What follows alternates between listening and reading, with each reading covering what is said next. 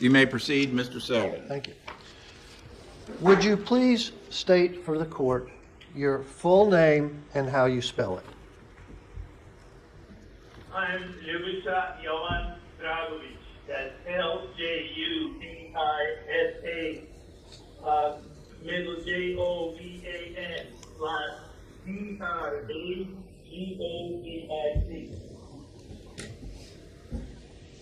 Where do you work, Dr. Dragovich, and what's your title? I work in the capacity of chief forensic pathologist and chief medical examiner for County of Oakland in Michigan. And I work here in this building. This is my building, building 28 feet in Oakland County Government Complex. And this is one of our conference rooms for this purpose and other purposes of meetings and or whatever other needs. Now, from your testimony, you're a doctor. What areas are you designated as a doctor? And by that question, do you have the title of a neuropathologist? Oh, yes. Well, I'm a physician, and I graduated back 49 and a half years ago at Medical Faculty, University of Belgrade. And I went through multiple training as far as pathology. I trained in anatomical pathology, board certified by the American Board of Pathology. I'm board certified in neuropathology by the American Board of Pathology, and I'm board certified in forensic pathology by the American Board of Pathology. Those occurred back in 1982, 1985, and 1987, respectively. Are you licensed to practice in any states? Yes, sir. I'm licensed to practice in the state of Michigan, and I'm licensed in the state of New York, where I originally obtained my license back in, I believe, 1982. I believe you said you were board certified, and once again, for clarity, what areas are you board certified in? I'm board certified in anatomical pathology, in neuropathology, and in forensic pathology. Thank you. Do you have any publications, or have you authored any publications of any kind related to your field? Yes, in both fields, both neuropathology and forensic pathology. I've done some original research papers with some of my associates over time, and I have also authored several chapters in textbooks addressing the areas of the neuropathology of trauma in infants and children, in the textbook of essential forensic neuropathology. Also, I have authored the chapter in shock force injury and separate chapter in blunt force injury in an international textbook of forensic pathology. Do you have any teaching experience? Yes, over time, I've been involved in various capacities. I've served as clinical associate professor at the Department of Neurology at Wayne State University Medical School in Detroit, Michigan, from, I believe, somewhere in 1988 or 1987 through a few years ago when I effectively retired or resigned because of the geographical distance that became a problem, because my office is about 25 miles away from the campus of the University Hospital, and I basically could not run there, attend to the rounds and teaching sessions, and continue my work here, my day-to-day work here in the city of Pontiac, where my office is. Okay, now, you mentioned your day-to-day work. What is that day-to-day work? My day-to-day work is medical legal investigation of death. That is a statutory obligation, and my position here is governed by the state statutes. The state statute is called the Medical Examiner's Act of the State of Michigan, and it requires me, among other people who are involved in this, to open up medical legal death investigation and any sudden suspicion or unexplained death that needs to be addressed at any given time. The purpose of that is to establish the cause, why someone died, and the manner of death, how death came upon this person. So those are the two critical issues that ought to be addressed as compliance to the statutory requirements, and also to review those findings to paper. Over time, of course, we have electronic database and everything, but we still follow the letter of the law here and review things to paper. All right. And in your job as a medical examiner and also a forensic pathologist, you conduct autopsies, do you not? Yes, I actually conducted 6 of them over the weekend. Okay. 4 on Saturday and 2 yesterday. All right. Can you estimate, and if you can, fine, if you can't, can you estimate approximately how many autopsies you've done over your career? I can't, but roughly it will be in thousands, because I've been in this line of work for almost 40 years, and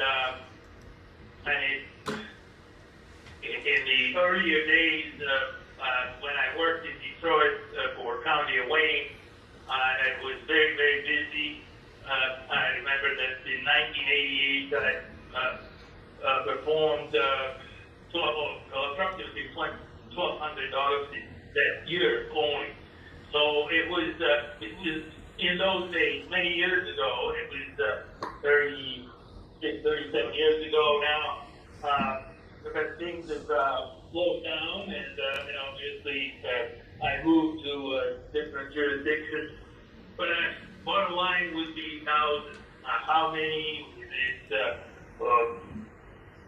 All right. 10,000, 1,000, 8,000. I can't tell, because I don't keep the track of that. That's sufficient.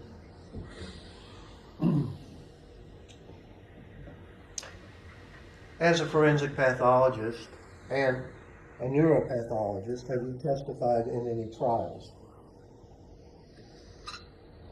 This is the first this week, but yes, in a direct in person, in local court, district court, circuit court, throughout the state of Michigan, and coast to coast, from the east coast to the west coast, and down to Alabama and Louisiana and Florida, and wherever I was subpoenaed or requested to come in and to provide the interpretations that may be needed.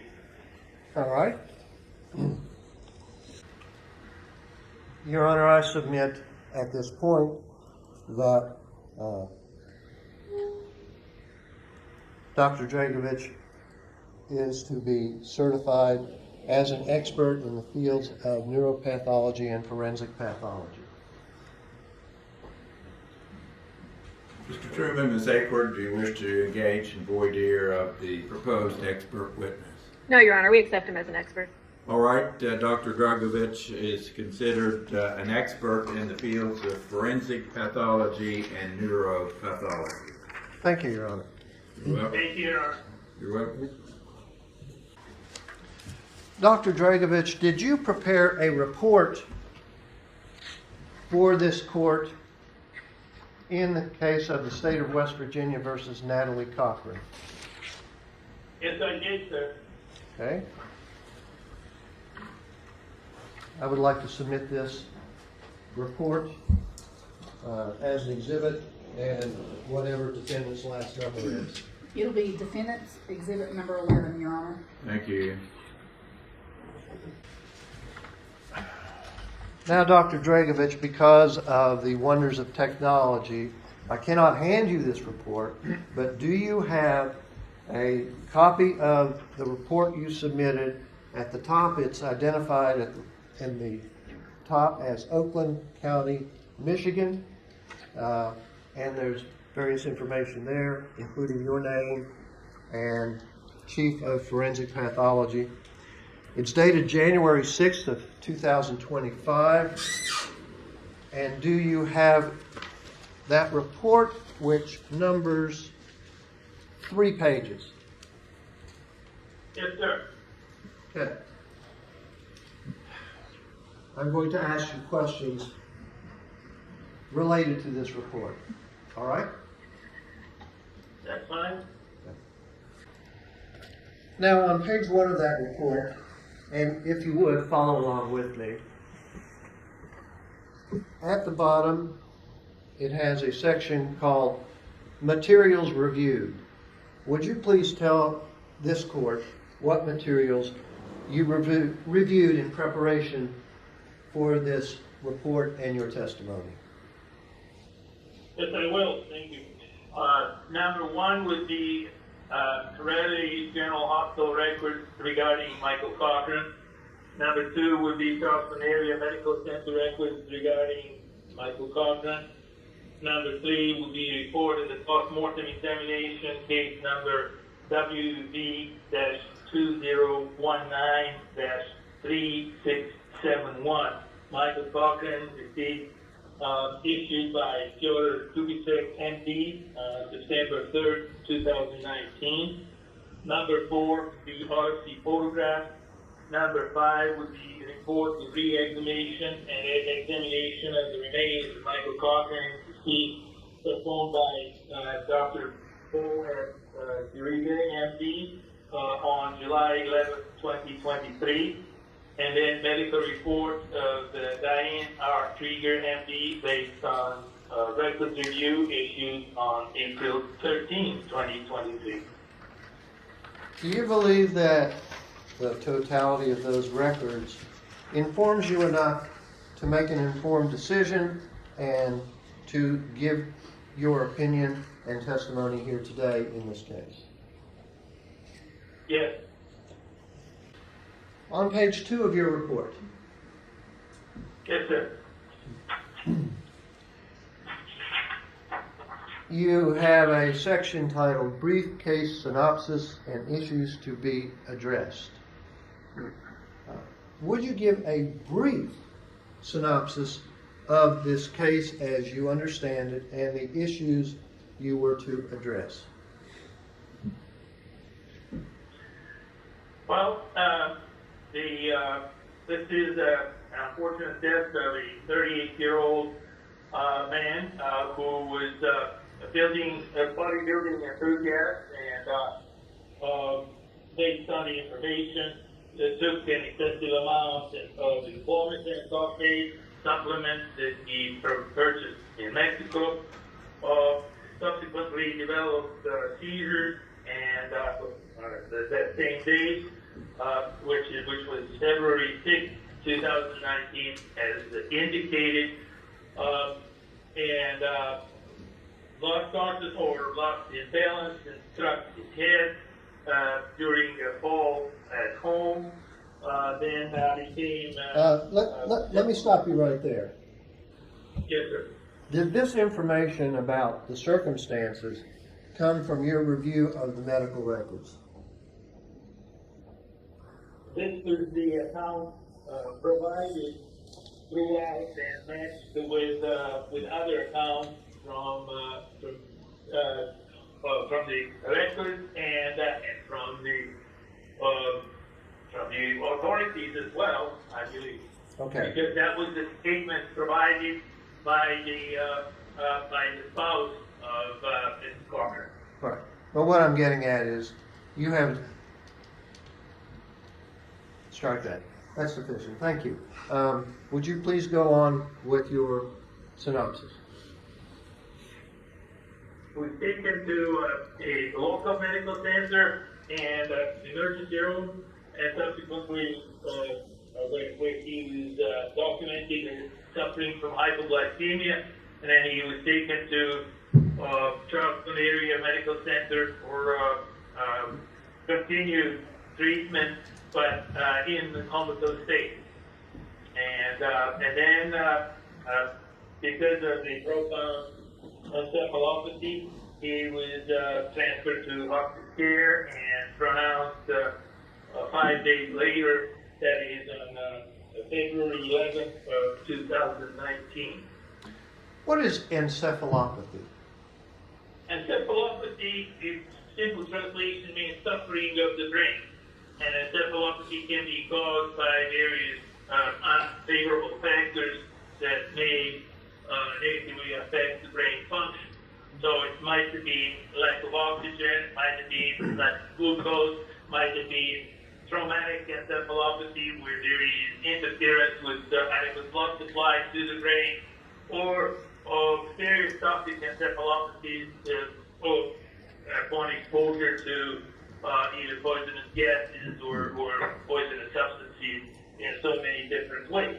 There may be also endogenous encephalopathies from a person suffering of Uribe. One moment. What's endogenous? Would you explain that to the jury? Endogenous coming from within the body, from alien organs from within the body, which generally would happen as a result of liver failure and kidney failure, or combination thereof. Okay. They can also come from various other endocrinopathies, meaning the diseases of endocrine system, diseases of the glands with internal secretion that control our metabolic functioning day to day in any of our bodies worldwide. Can you state that encephalopathy has occurred in this case, Mr. Cochran's brain, just from a physical examination of that brain? Well, it would be based not on not so much on inquiry, but the fact that there is disturbance of consciousness, and that was the critical part that was documented throughout. That Mr. Cochran was first of all brought from one site, one hospital in semi-comatose state to another hospital where his unconsciousness. Okay, so can I interrupt you there for just a moment? So it's a combination of your physical analysis of the body as well as his history, which is contained in the medical records. Would that be a fair statement? Yes, but primarily the fact that there was loss of consciousness and continuously occurring, deepening, and finally being complete, and leading to life support and hospice care. Can a person have an anatomically normal brain and still have seizures? Of course, the symptom of PD is an abnormal electrical activity, and oftentimes in individuals who have cellular level problems or very localized problems in with the brain tissue. There will be creation of abnormal electrical activity without necessarily identifiable focus physically. One examines the brain and does not find any such reasonable substance, as we call it, or change in the tissue to account for a occurrence of abnormal electrical activity that we refer to as seizure.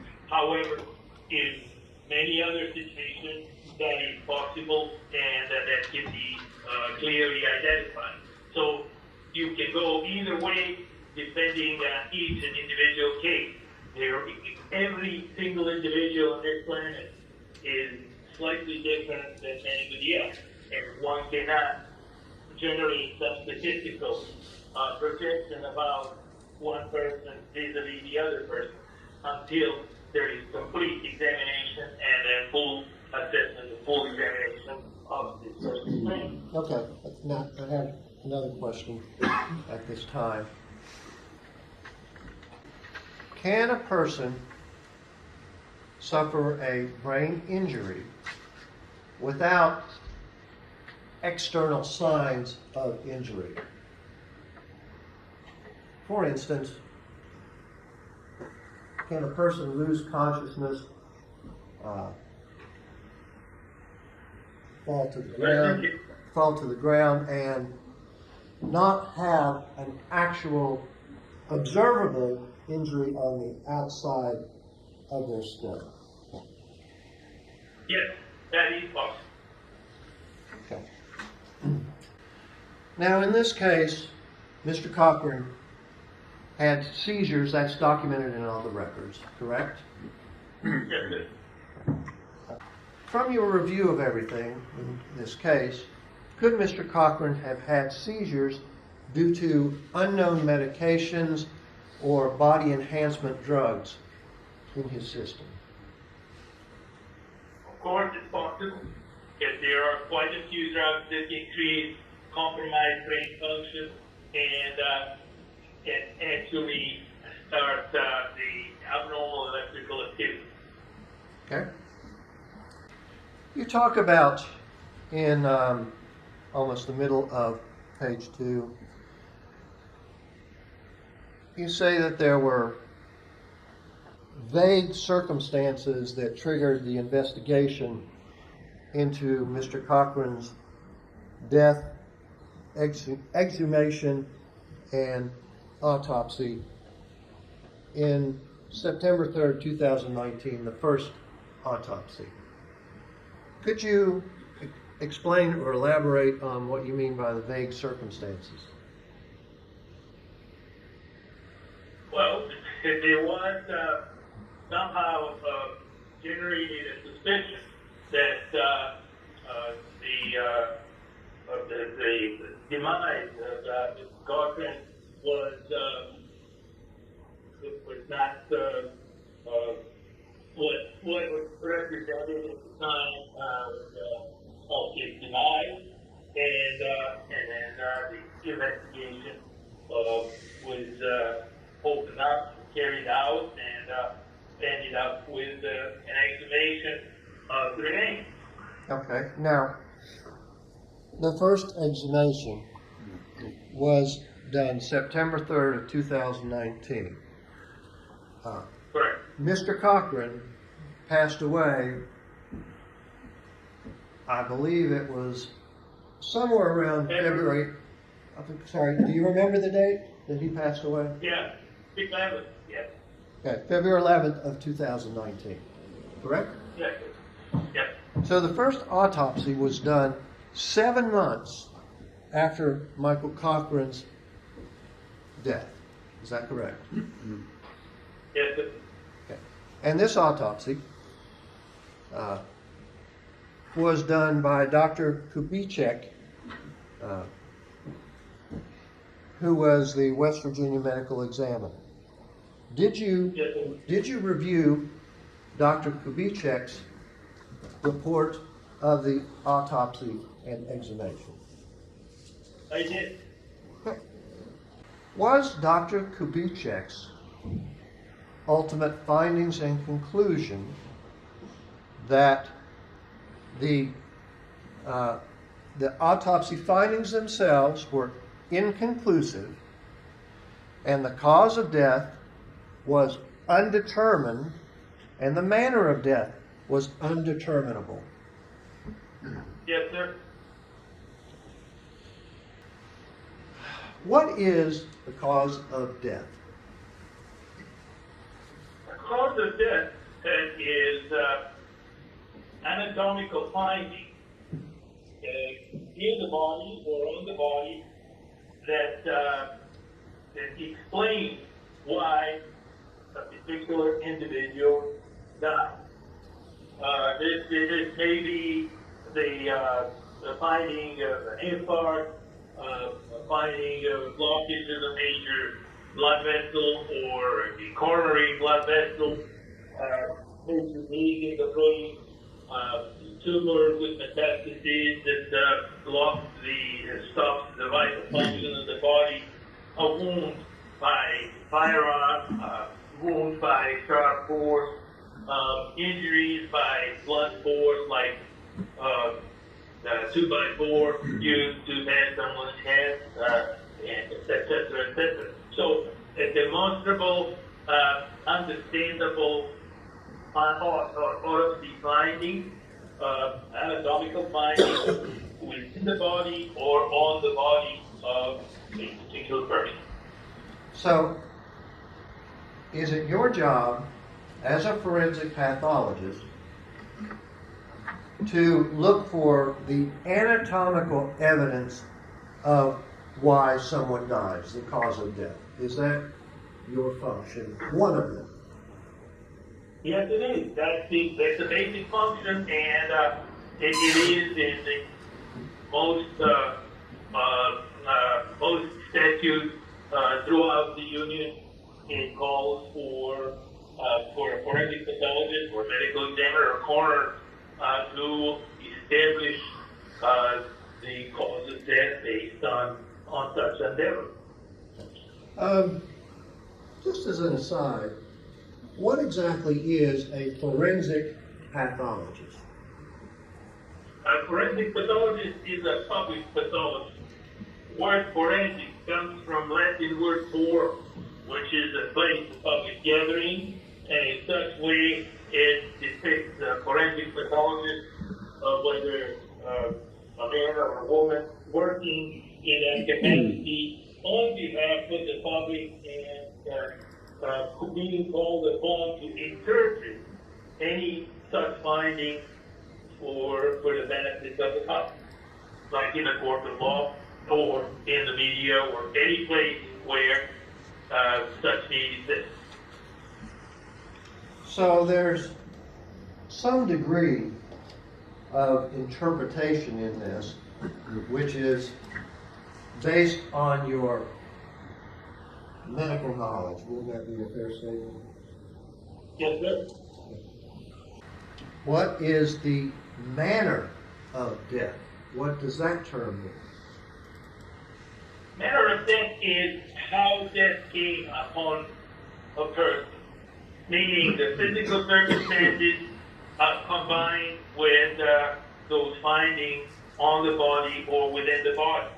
And there are worldwide 5 categories of manner of death. There's a natural death, where there are causes from within the body that result in someone's death.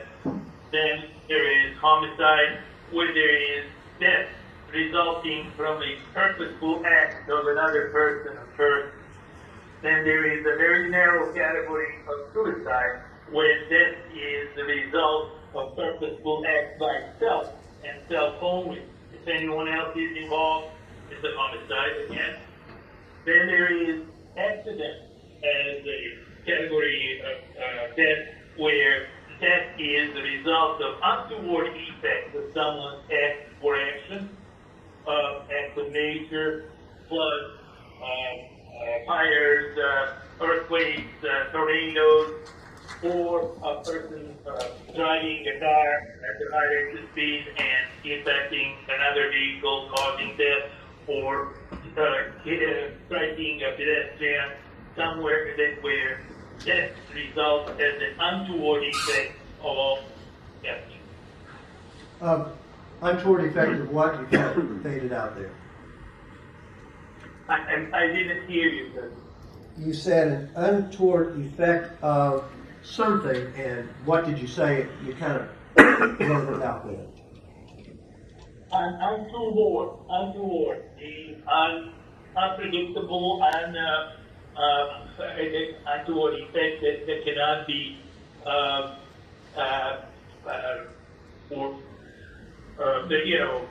interfered with or something along those lines.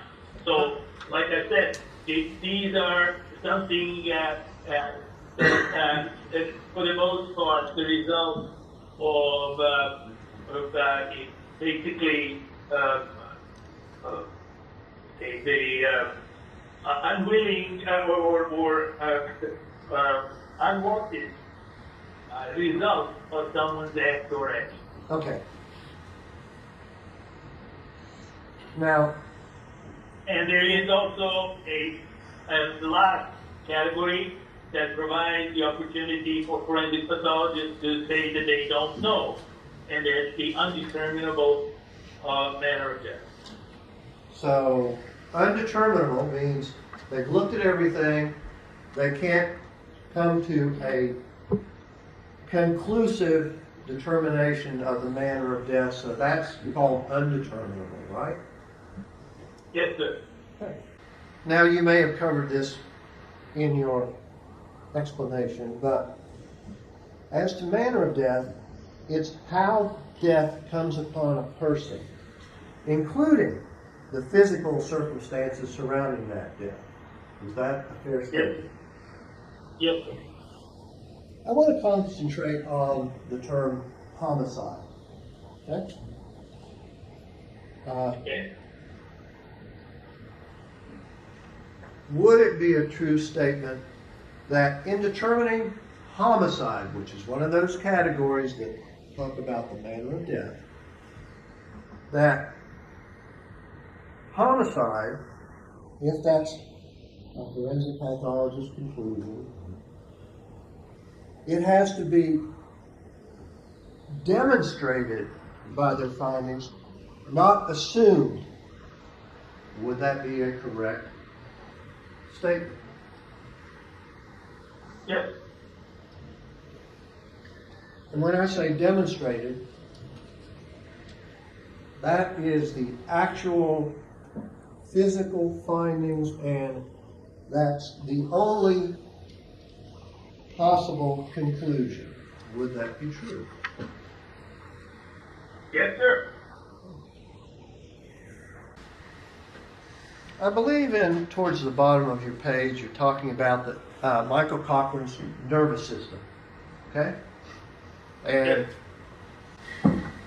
that information that you described was from the first autopsy done by Dr. Kubiczek.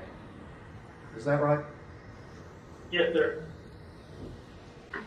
Can you summarize or describe your description there, or Dr. Kubiczek's description, in layman's terms, so we can understand it? I'm not sophisticated enough to actually understand all of these terms.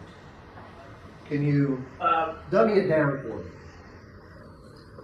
We were talking about the brain of Mr. Cochran at the time of autopsy, the first autopsy, after the first exhumation, and the report says that everything is fine, that the hard covering of the brain are intact, and the soft coverings are thin and delicate, and cerebral hemispheres are symmetrical, meaning that the parts of the brain are fine. The description basically is referencing the standard appearance of a normal brain when it is taken out of the cranial wall. Okay. However, I want to ask you specific questions on that. Okay. yes. Dr. Kubiczek essentially says that Michael Cochran's brain on autopsy was normal. Do you agree or disagree with that? Well, I don't disagree with that because this was a decomposed brain.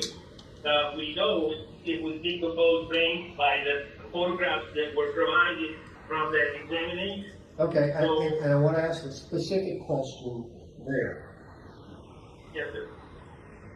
A person's brain on autopsy after death, and after 7 months of death and burial, what would you expect that person's brain to be? And by that, does decomposition affect the brain so it shrinks? A decomposition means falling apart. The tissue is disintegrating. The tissue is breaking up completely, so the brain itself gets fluidity and falls apart. So it is not the same as when it's freshly removed from someone, a cranial bone, someone that has passed away within hours prior to that or within a couple of days prior to that. Okay, now I want to ask you a question there. Would a decomposed brain that's falling apart, would that be expected to weigh less than a normal brain? Well, probably as well, and it's a relatively low to mid brain weight. I cannot say specifically on the account of the documented brain weight, but it have the tendency to decrease the actual brain weight and to blur the distinction between the gray matter and the white matter of the brain, which would be the areas to look for any changes in a history like this, in this particular case. Okay, now, it was documented in medical records that Michael Cochran had, I'll call it an enlarged brain. Do you recall that? Yes. Swollen brain. Swollen, expanded. Yes.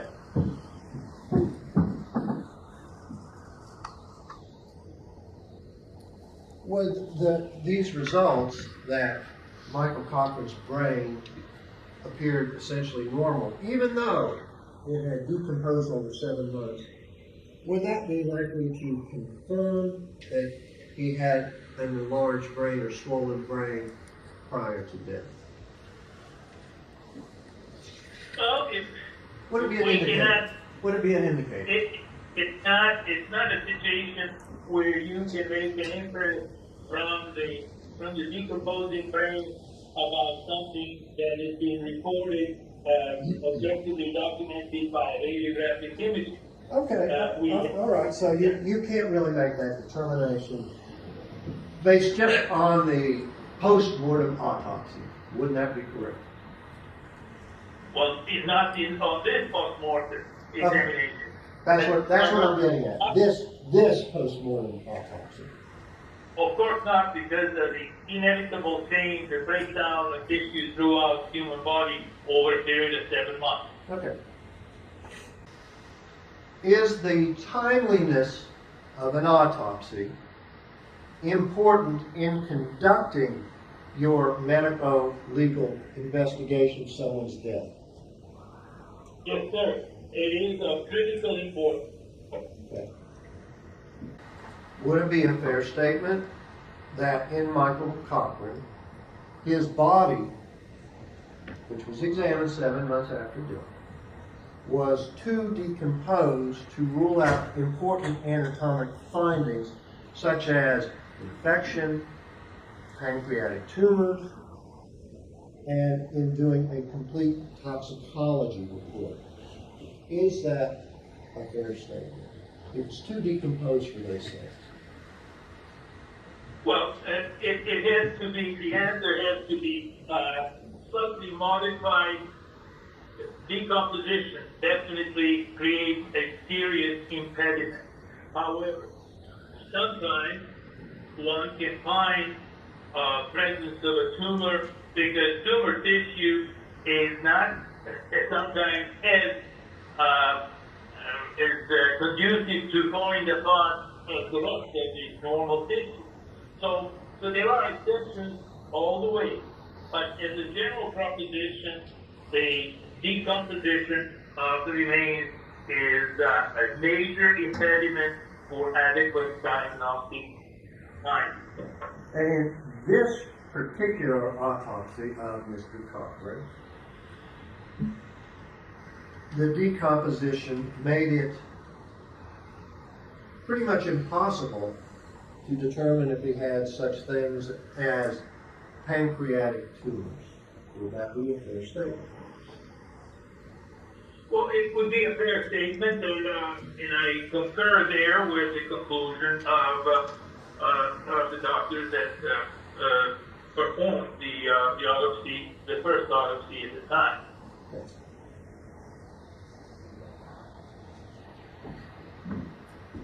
And is it true that the pancreas, under normal circumstances, provides the body with insulin? Yes, it's the specific parts of the pancreas. The islet provides the beta cells from the pancreatic islet provide insulin for the general functioning of the body. Now, if a person has pancreatic tumors, that affects their production of insulin. Is that a true statement? Well, different tumors of pancreas give different, basically different effects. There may be a tumor of the islet cells, like that we refer to as insulinoma, that can provide large amounts of or abnormal amounts of insulin to the body. Now, there may be cancer of the pancreas that may break down the pancreas completely and cause pancreatic necrosis as well. Variable possibilities. I want to concentrate on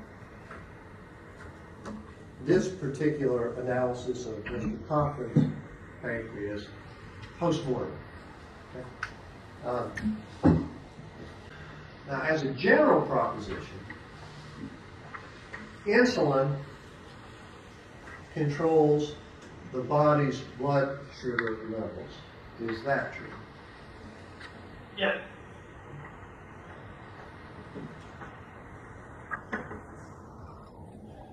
Would you explain what hypoglycemia is? Hypoglycemia means, in translation, low circulating sugar in blood. Okay.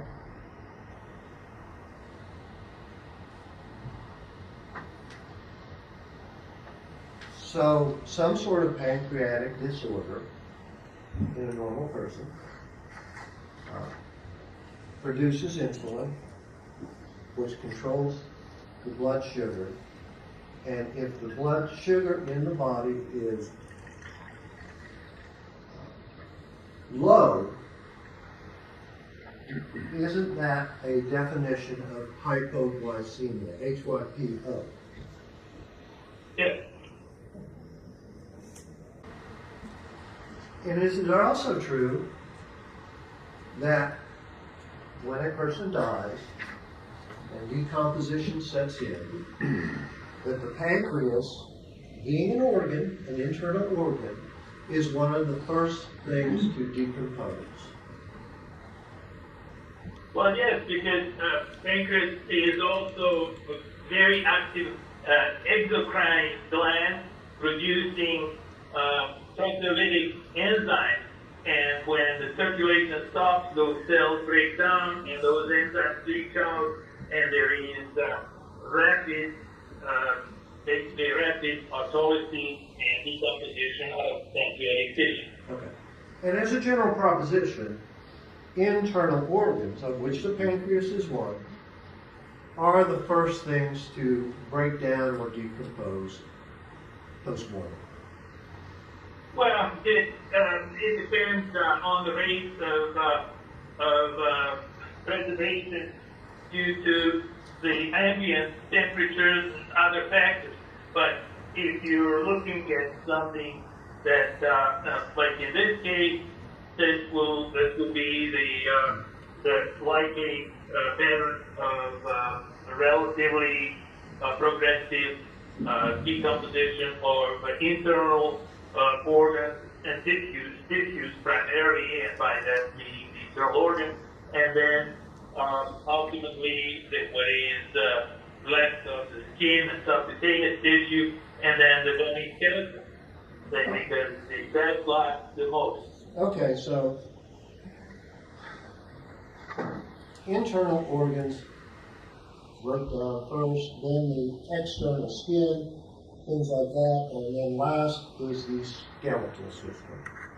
Is all of that correct? Okay.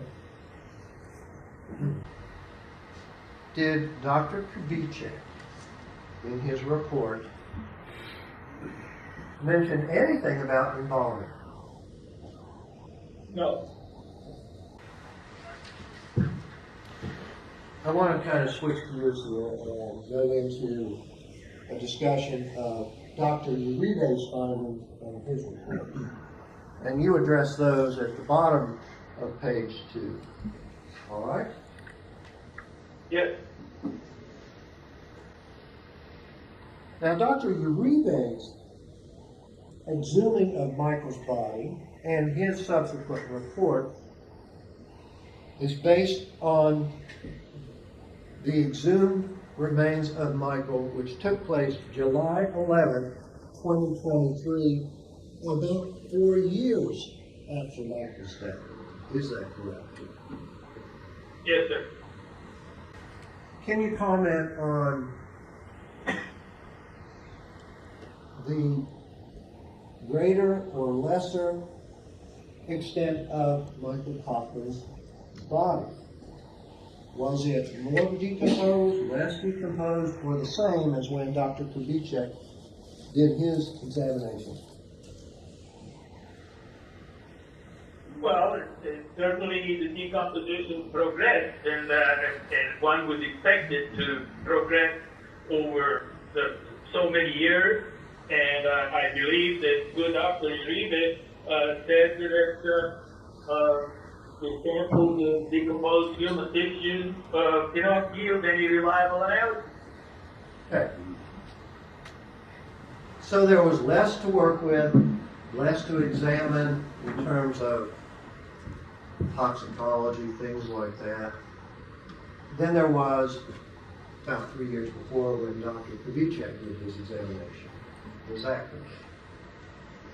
Well, I would say that there was nothing good, no good information coming from Dr. Kubiczek, and there could not have been any better coming from the second exhumation and autopsy that Dr. Uribe did.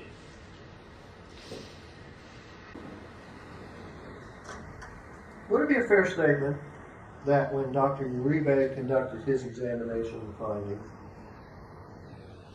Michael Cochran's body was too decomposed to rule out important anatomic findings? Again, like infection, pancreatic tumors, and doing a complete toxicology. Yes. Dr. Uribe goes through his examinations, his reports, his reliance on other report, especially Dr. Krieger, and he comes up with Michael Cochran's death was a homicide. Can you comment on that? Well, Let me ask you, first of all, according to your examination of everything, do you believe the evidence obtained through autopsies, reports, etc., would substantiate a finding of homicide as opposed to undetermined or undeterminable? Do you think Dr. Uribe was correct, or do you think Dr. Kubiczek was correct? I sincerely believe that Dr. Kubiczek was more correct because he did provide the objective assessment and provided also the delimitation of forensic pathologist's capacity to make a determination on the basis of nothing. I think Dr. Uribe tried to vary the report with, again, negative findings, completely negative findings from both autopsies, and made a claim of he might have believed what he said. However, for every such belief, there ought to be a factual evidentiary substantiation. Okay, let me stop you right there. So, any manner and cause of death has to be substantiated by one. What did you say? Objective clinical findings, correct? Anatomical findings. Okay. Because we're talking of the autopsies here. All right. Objective, demonstrable anatomical findings that are tangible and understandable to everyone, leaving no doubt. Do you believe that Dr. Uribe's opinion that the manner and cause of death are substantiated and resulted in a homicide, do you believe those findings, those ultimate findings in Dr. Uribe's report are based more on assumptions than the objective findings that you talked about? I believe that there are no objective findings to substantiate Dr. Uribe's determination. His opinion is an attempt to bridge the gap of the unknown, and that bridge has to be created properly so that there is complete responsible understanding of everyone that is to use such a report. Is Dr. Uribe's report and opinion based on acceptable anatomic and toxicological findings? No. So it would be your statement that Dr. Uribe's findings as to Michael's death being a homicide, quote unquote, was not based on actual anatomic and toxicologic findings. Is that correct? That is correct. In the middle of the page, you discuss Dr. Krieger's report. And her investigation, reasoning, etc., resulted in her finding that Michael Cochran's hypoglycemia, in her opinion, was due to insulin administration, and she classifies that as a strong possibility. Do you recall that? Yes, sir. Does the basic medico-legal requirements do they require accurate determinations of the cause and manner of death that are not based on a definite maybe, as Dr. Krieger states, but rather on a threshold beyond reasonable doubt? Isn't that the correct standard in this report? Well, it is, because we're talking about death investigation, and also the discrepancy is, as I pointed out, Dr. Krieger is a phenomenal reason, but Dr. Krieger is not burdened by the duty to define the cause and the manner of death. So the option that she provided is, in all fairness, a good suggestion for furthering the investigation, but the buck stops with forensic pathology, and the person has to provide to the public textual evidence as far as the cause of death and textual evidence about the manner of death. Because the administration of insulin being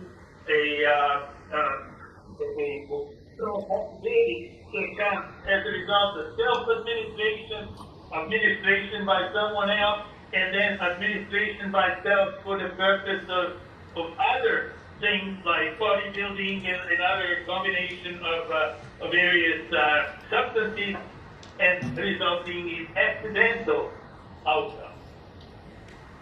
And her report doesn't include who might have injected this insulin, when it occurred, or how it occurred. Would that be a fair statement? It's a fair statement, but we have to understand that Dr. Krieger is not in the business of examining dead bodies. Okay. On page 3, there's a paragraph that begins, when classifying the manner of death as a homicide, you state one has a professional obligation to substantiate that determination by reasonable, tangible evidence as someone's purposeful act. Would you explain the rest of that paragraph and your findings? Well, you know, there has to be evidence about anything, and then that evidence has to be interpreted in a reasonable manner for everyone to understand. For example, it's very simple to say, well, gunshot wound was the cause of death, and someone discharging the purposefully, obviously, that's a purposeful act of firearm, caused it. Then you have a reasonable conclusion of the homicide and a reasonable demonstrable evidence. If someone takes a 2x4 and hits someone's head and they die, then you have blunt force head trauma caused by 2x4, and obviously a demonstrable purposeful act because someone bashed someone's head.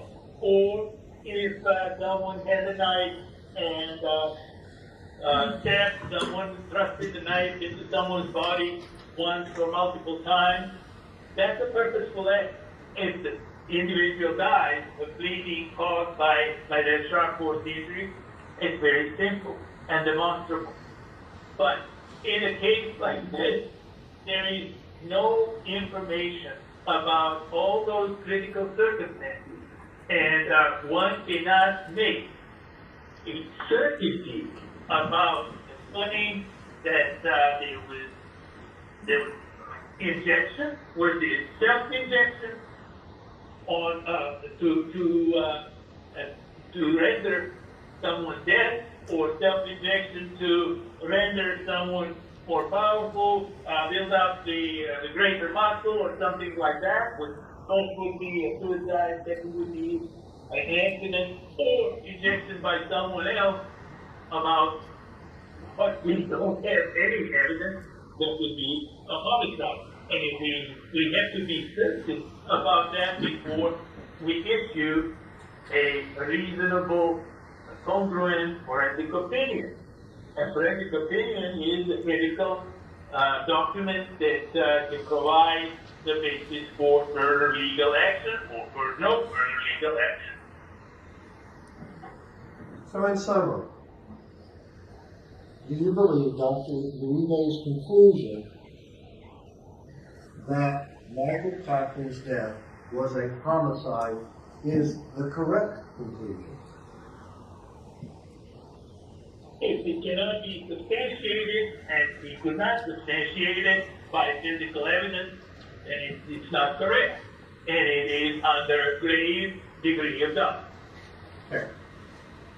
So, you agree with Dr. Kubiczek that the correct findings and conclusion is that the cause and manner of Michael Cochran's death is undetermined and undeterminable. Would that be a fair statement? At this point, yes. At the point of exhumation performed 7 months later, as they did at the time. I don't know what the results might have been had the autopsy been performed a day or two after his demise. But as we sit here today, after reviewing everything, do you believe Michael Cochran's death was the manner and cause were undetermined and undeterminable? Yes, sir.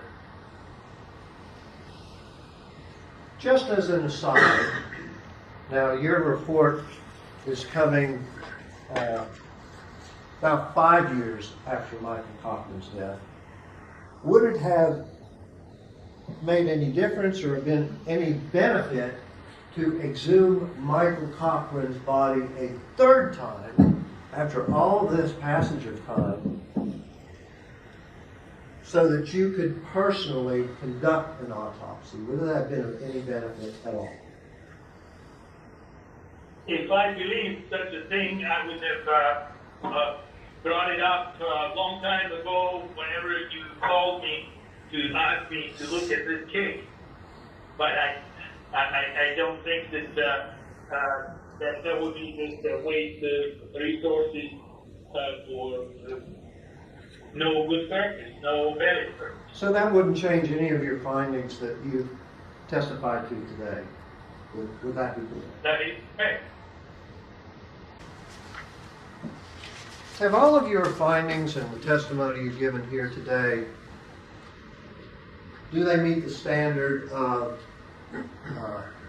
others in your profession? I firmly believe so. They're to a reasonable degree of medical certainty. Is that correct? Yes, sir. No more questions. Thank you. Dr. Dragovich, can you see me and hear me okay? I can hear you. Okay. Sure. In your report, you stated that Michael took an excessive amount of enclomiphene citrate. Is that right? I couldn't hear this part. I'm sorry. Can you hear me now? Yes. Okay. In your report, you stated that Michael Cochran took an excessive amount of enclomiphene citrate. Is that correct? Yes. Where did that information come from? From the materials that I reviewed. I believe that was the account that was provided by his spouse. Okay. Were you aware that that substance was tested by the FBI? Again, something I've learned. Was I aware of what? That substance had been tested by the FBI? I'm going to object to that, Your Honor. That hasn't been established yet. There's no reference to what substance, how it was achieved, anything about the specifics. Your Honor, that has been established. It has been brought into evidence already with both of the FBI gentlemen that testified here. And you heard Lieutenant Bledsoe testify that he received that bottle from Donna Bolt, who advised that she received it from the defendant. Objections overruled.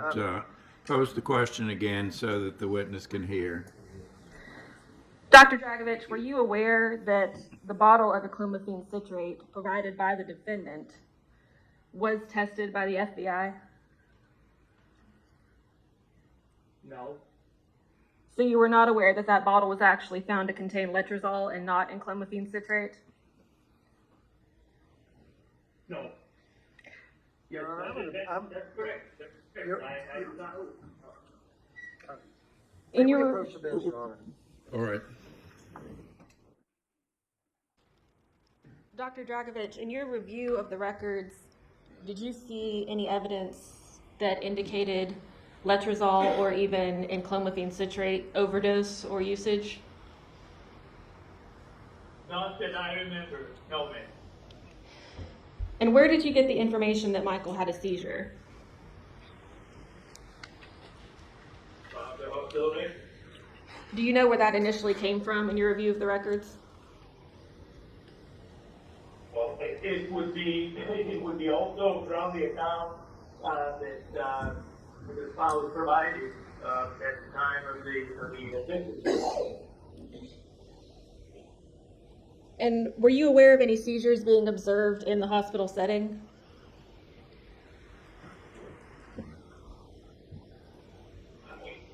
It seems to me that there were some, but I don't remember specifically every page from the medical records, man. That's okay, I understand. It was a lot of records. Did anything in the medical records substantiate that Michael had a seizure that you recall?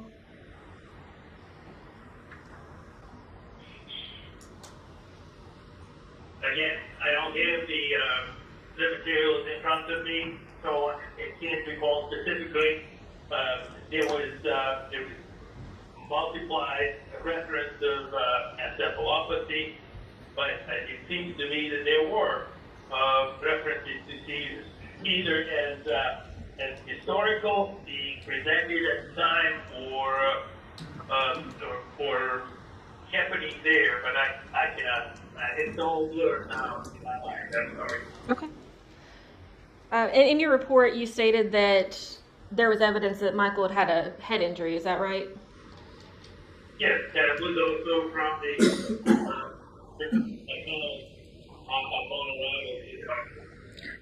Was there any evidence that you recall in the actual medical records that indicate that a traumatic head injury had occurred?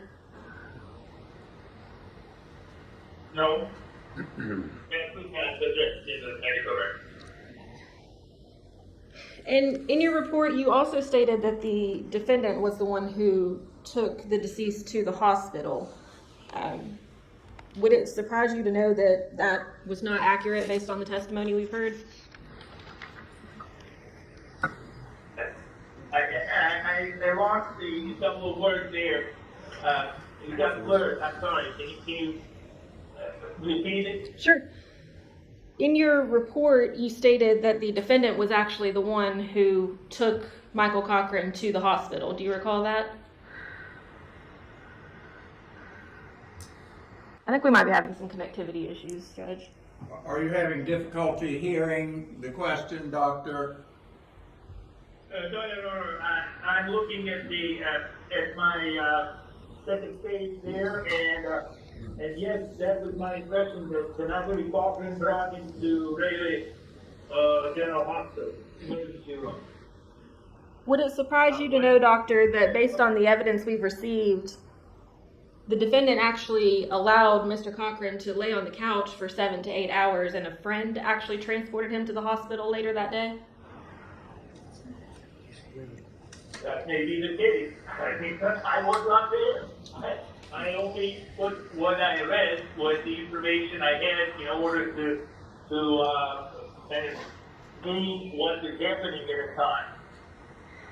We'll go back into the medical records. Your report indicates that Mr. Cochran's initial blood glucose at Raleigh General was 76, followed by a next reading of 24. Is that right? Yes. However, the evidence actually indicates that the initial blood glucose on arrival was 21. So where in the records did you locate that information? I can't tell you off the top of my head, but I know for the fact that there were references to low blood glucose. And what particular level was at the time of particular hospitalization, I cannot recall now. Doctor, did you review the MRI of Michael Cochran's brain that was obtained at CAMC on 2/8 of 19? No, but I read the report and there was evidence of encephalopathy there. In that report, isn't it true that the diagnosis was actually diffuse hypoglycemic encephalopathy? Yes, that was written in, yes. And what does that indicate to you, doctor? I'm sorry? What does that indicate to you, that diagnosis?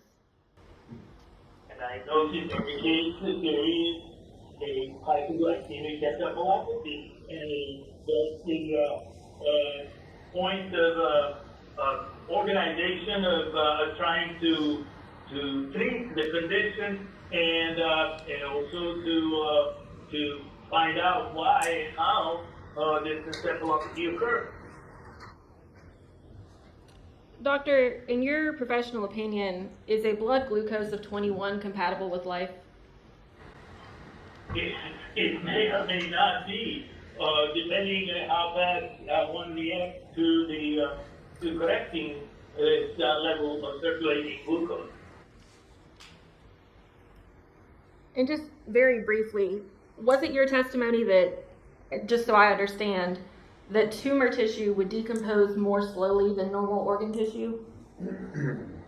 Well, certain tumor tissues that are so-called solid tumors in certain tissues and organs of the body may be undergoing slower decomposition because they're harder than the surrounding quote-unquote normal tissue. So that can happen. And I've seen that in my practice pretty regularly. To see extremely decomposed body of an individual falling apart, and yet tumor nodules sticking out because they decompose slowly. It depends on the nature of the tumor. Now, Dr. Uribe and Dr. Krieger were not given the benefit of reviewing one another's reports prior to creating their reports, but you were able to review both of their reports in creating yours, is that right? Yes. And you were hired by the defense, is that correct? I was contacted by the defense. That's correct, yes, and they asked me to It's not a trick question, doctor, I promise. I'm not trying to trip you up in any way. Were you compensated for generating a report in this matter, or will you be? No, I was not. I am certainly not compensated for the time here because this is my taxpayer time, and my government will send a bill to the lawyers for today. But I think I had about 14 to 16 hours of time put in this, so that was obviously my work after hours. So I will bill for that at my government rate, which is $250 per hour. Now, when you were creating the report that you generated in this matter, did you initially provide defense counsel with a draft report? I believe I sent a draft to see if there was anything else that needed to be added to it. And did you make changes to your report based on commentary that you received? Your Honor, please note an ongoing objection to this line of questioning. Very well, it will be preserved. I am not sure that I made much in the way some typo and errors because my secretary made some typographic errors, but there might have been something about it. I will have to look back and try to compare that and give you exact that. But substantial changes, no, of course not. Is it true that you were asked to go into more detail as to how Drs. Uribe and Dr. Krieger were wrong in that draft report? No, let me explain something. I don't believe that I ever said anything about Dr. I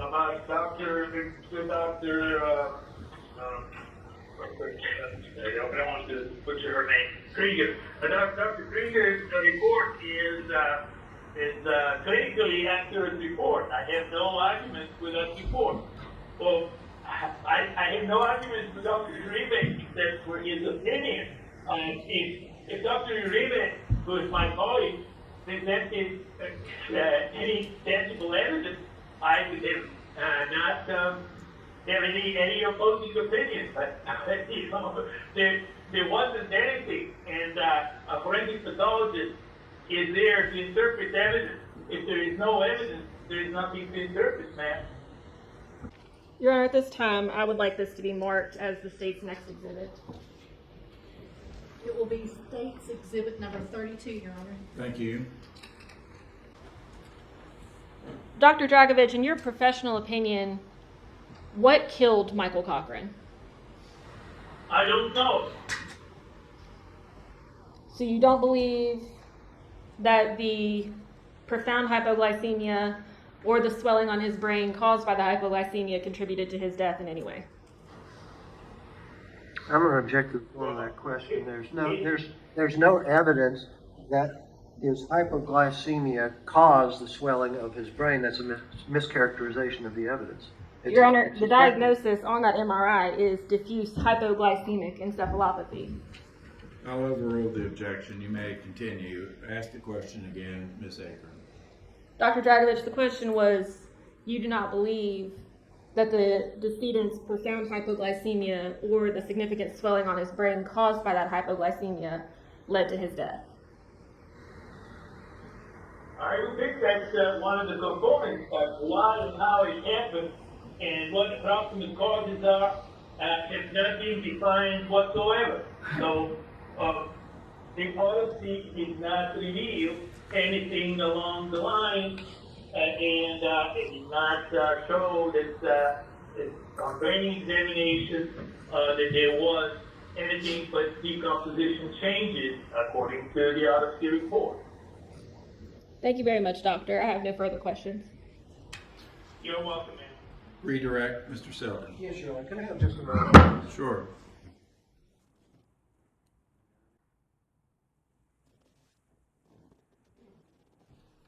Your Honor, procedurally, I believe that I would like a continuing objection to the last state's exhibit, the alleged draft report. And I believe that there were questions as to whether Dr. Dragovich had received it, what information was exchanged, and Dr. Dragovich, at this point, has not seen this particular exhibit as entered by the state. I believe procedurally he would have to see this exhibit before we proceed further on it. Well, he referenced it in his testimony, and I've given you a running objection. I've preserved your exceptions, and I'll continue to do so. All right, first of all, I would like to get the state's last exhibit. All right, it should be up here with the clerk. Dr. Dragovich, I'm going to ask you some questions on this last state's exhibit, which is stamped draft on it. Okay? Okay. And I admit that I prepared this, or you prepared this draft report. I received it and I made some notations on it. Given that, I'm going to go through these alleged changes.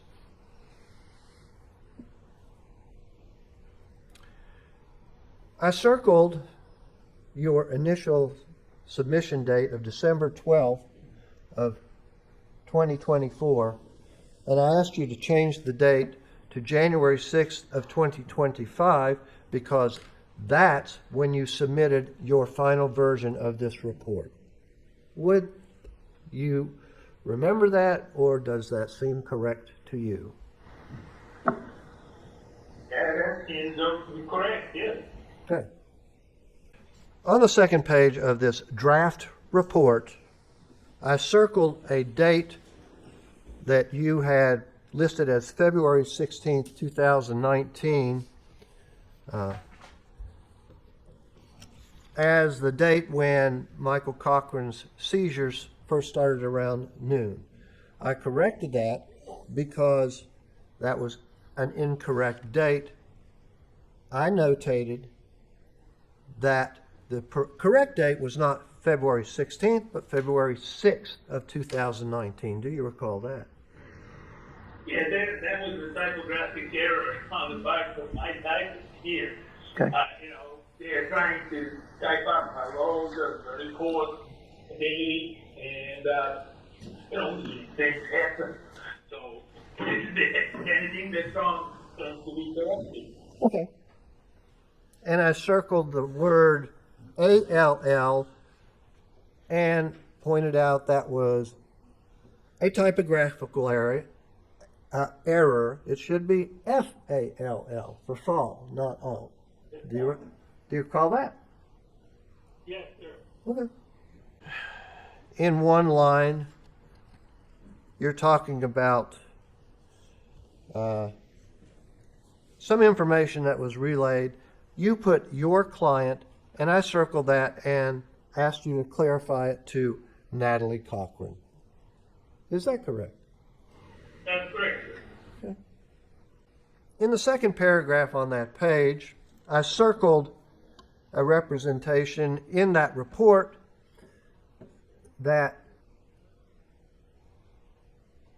Michael Cochran's suspicious circumstances of his death triggered an investigation that resulted in an exhumation and an autopsy, and you had 8 months. I corrected that to 7 months. Was that correction proper? Yes, sir. On the last page, in the third paragraph, you end that paragraph with the word infant. I circled that and put a notation to admit it. Michael Cochran was not an infant. Is that correct?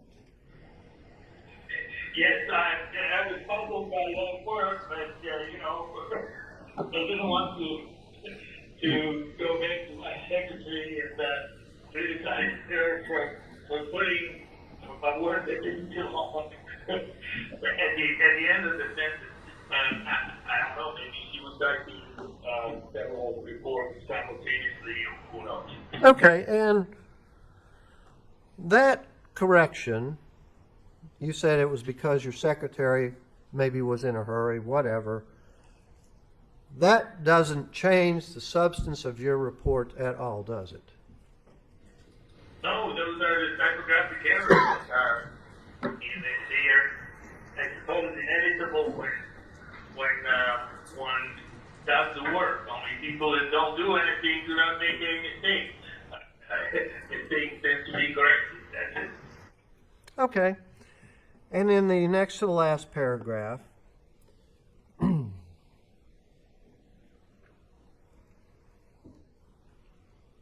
you're talking about Dr. Krieger and Dr. Uribe's mischaracterization, or their findings are not credible or well-reasoned. I simply made a notation in that paragraph and I asked, can you go into more detail as to how Drs. Uribe and Krieger are wrong? You did make that representation in your report earlier, did you not? I did. Okay, so am I asking you to change your report? Am I asking you to do anything that would affect your conclusions? No, sir.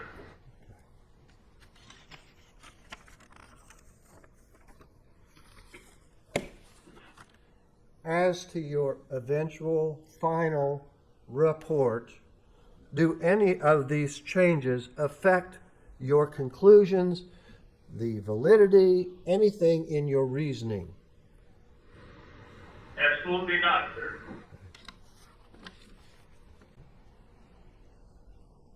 You were not present when there was witness testimony, or Drs. Uribe and Dr. Krieger gave their testimony. You didn't hear any of that testimony, is that correct? That's correct, sir. Okay. There were some questions directed about the enclophamine vial. I submit that that enclophamine vial was given to the FBI by Michael Cochran's mother, Donna. Does that information change anything in your report or cause you any concern about your conclusions? No, sir. And it's true, is it not, that Michael Cochran's medical records contain previous seizures that occurred in October 31st through the first week or two in November. That's documented in the medical records, isn't it? Yes, it is. And I believe there was some mischaracterization about Natalie Cochran driving Michael to the hospital and some misrepresentations about that. The testimony. To characterizing the prosecution's questions as mischaracterization and misrepresentation. Sustained.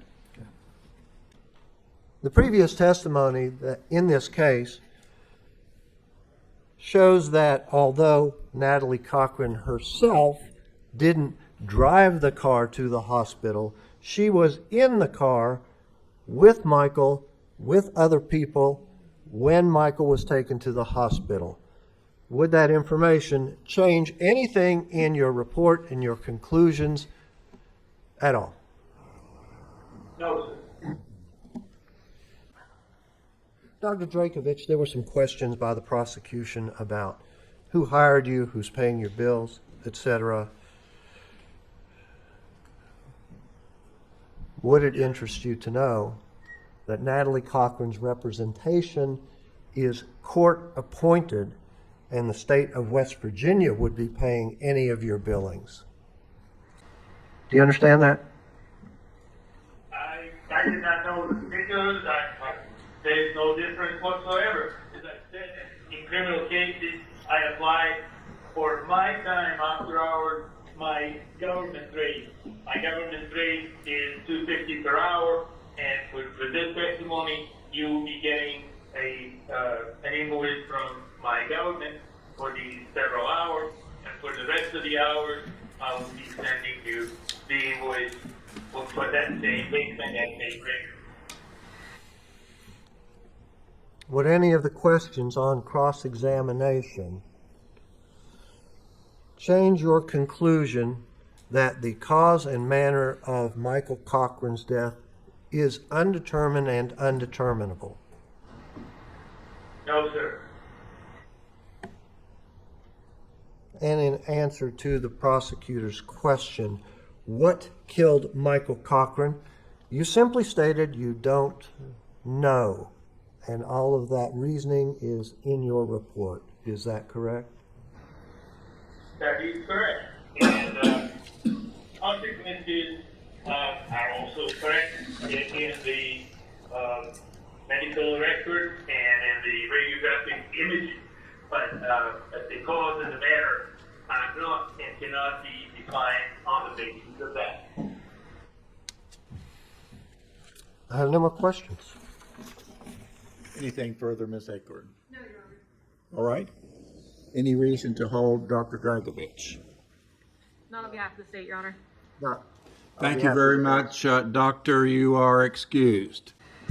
Thank you, Your Honor. It's a pleasure. Thank you. You're very welcome.